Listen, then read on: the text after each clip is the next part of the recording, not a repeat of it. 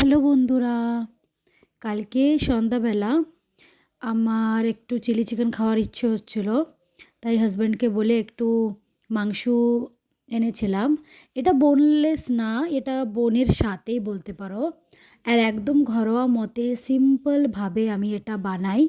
যা যা ম্যারিনেশন করা হয়, একটা ডিম দিয়ে, একটু কর্নফ্লাওয়ার দিয়ে, আদা রসুন বাটা দিয়ে, লবণ আর একটু লঙ্কার গুঁড়ি, একটু গোলমরিচের গুঁড়ো দিয়ে আমি চিকেনটাকে ভালো মতন ম্যারিনেট করে পকোড়াগুলো বানায় নিচ্ছি।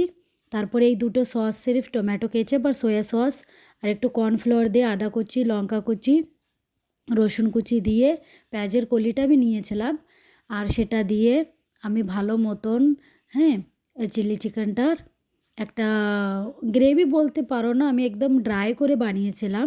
বেশি আমি কোনো গ্রেভি বগেরা কিছু বানাইনি। হ্যাঁ, আর আমি কালকে একটা ভিডিও বলছিলাম, আমি শীতের সময় আমার মাকে অনেক মনে করি, দূরে যেতে পারি না, মা আসতে পারে না, কেন কি শীতের যে সবজিগুলো গ্রাম গায়ে থাকতে, এই সবজি দিয়ে, টাটকা মাছ দিয়ে যা রান্না মার হাতের হতো আমি খাতাম। বা আমি নিজেও অনেক রান্না করে, আবার বাবার বাড়ি থাকতে আমি অনেক রান্না করে মারে খাইয়েছি সবাইরে। তা সেগুলো না আমি অনেক মিস করি। এই যে বাস রেডি আমার চিলি চিকেন, টাটা।